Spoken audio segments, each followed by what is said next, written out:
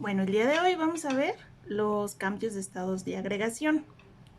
Ya en la clase pasada estudiamos las características que tenía cada uno de los estados de la materia.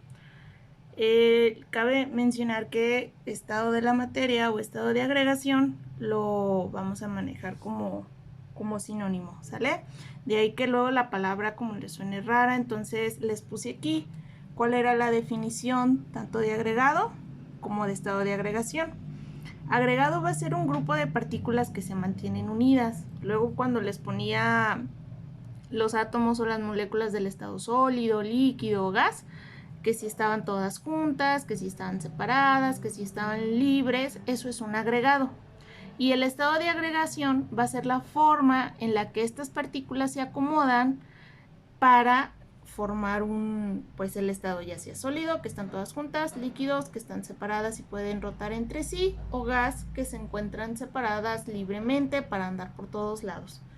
¿Sale? Entonces, un agregado es un grupo de moléculas y los estados de agregación es la manera en la que se acomodan estas moléculas para poder dar cada uno de los estados, ¿sí? Sólido, líquido y gas. Ahora vamos a ver cómo estos estados de agregación pueden cambiar la forma en la que se encuentran acomodados, y de ahí viene el título, cambios de estados de agregación. Entonces fíjense bien, todos los cambios de estado se van a presentar siempre que la materia pierde o gana energía cinética. ¿Y cómo una materia puede perder o ganar energía cinética? La forma más clásica es a partir de un aumento o disminución de la temperatura.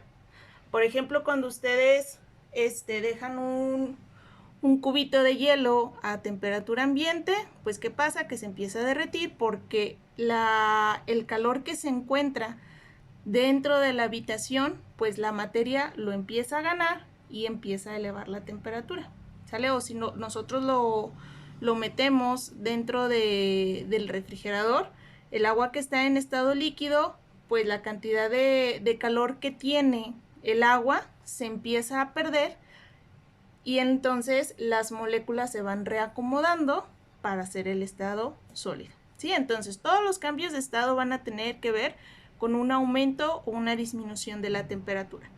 ¿Cuáles son estos cambios que se conocen? Bueno, pues son 9: fusión, vaporización, sublimación, solidificación, condensación y sublimación regresiva. Si ustedes se fijan, tengo flechas rojas y flechas azules. Todo lo que se encuentre en rojo va a requerir un aumento de temperatura y todo lo que se encuentre en azul va a requerir una disminución de la temperatura. Entonces, cuando yo tengo algo en estado sólido y quiero pasarlo a estado líquido, el cambio se va a llamar fusión y va a requerir que aumente la temperatura. El ejemplo más fácil es que si yo tengo hielo y lo quiero hacer agua, pues lo tengo que poner a calentar para que al aumentar la temperatura aumenta la energía del sistema y entonces se va a fundir o va a ocurrir una fusión. El siguiente ejemplo es el líquido. Para pasar a gas tiene que ocurrir la vaporización y sigue requiriendo un aumento de energía. Si yo pongo agua a calentar y llega a la temperatura de ebullición y empieza a liberarse, pues todo ese vapor va a llegar a un punto en el que toda el agua líquida pues ya se va a encontrar en el ambiente mezclada con los gases que conforman el aire, ¿sale? Y lo que está ocurriendo es una vaporización. Y en el caso de pasar sólido a gas, lo vamos a llamar sublimación y también va a requerir un aumento de temperatura. Un ejemplo muy práctico, muy común, más bien muy común dentro de nuestra vida son todas las pastillitas que sirven para aromatizar las recámaras o las casas, que son como un tipo gel. Lo que está ocurriendo es una sublimación porque se encuentra en estado sólido y lo que suelta pues son todos los vapores aromáticos que lo contienen. Entonces eso es como una de las principales, porque luego es un tipo de cambio de estado que es como más fácil ver en nuestro medio como cotidiano. Ahora, cuando tenemos gas a líquido se le va a llamar condensación y el ejemplo más clásico pues son las nubes que se dejan caer en forma de lluvia. y este ya va a requerir una disminución de temperatura. Después viene el líquido que pasa a sólido, se le vamos a llamar pues solidificación. Quiere decir que el líquido también empieza a perder calor, empieza a disminuir su energía, y ejemplo de esto pues es el agua convirtiéndose en hielos. Y por último tenemos el cambio de estado de gas a sólido, que se le va a llamar sublimación regresiva, que también va a requerir una disminución de temperatura. Ahora, va a existir otro cambio de estado que no entra dentro del esquema anterior, porque este no tiene que ver con un aumento o una disminución de temperatura, sino más bien con un aumento de la presión que le estamos ejerciendo al sistema. Este cambio se le conoce como licuefacción y se va a presentar en un gas que lo queremos pasar a líquido directamente.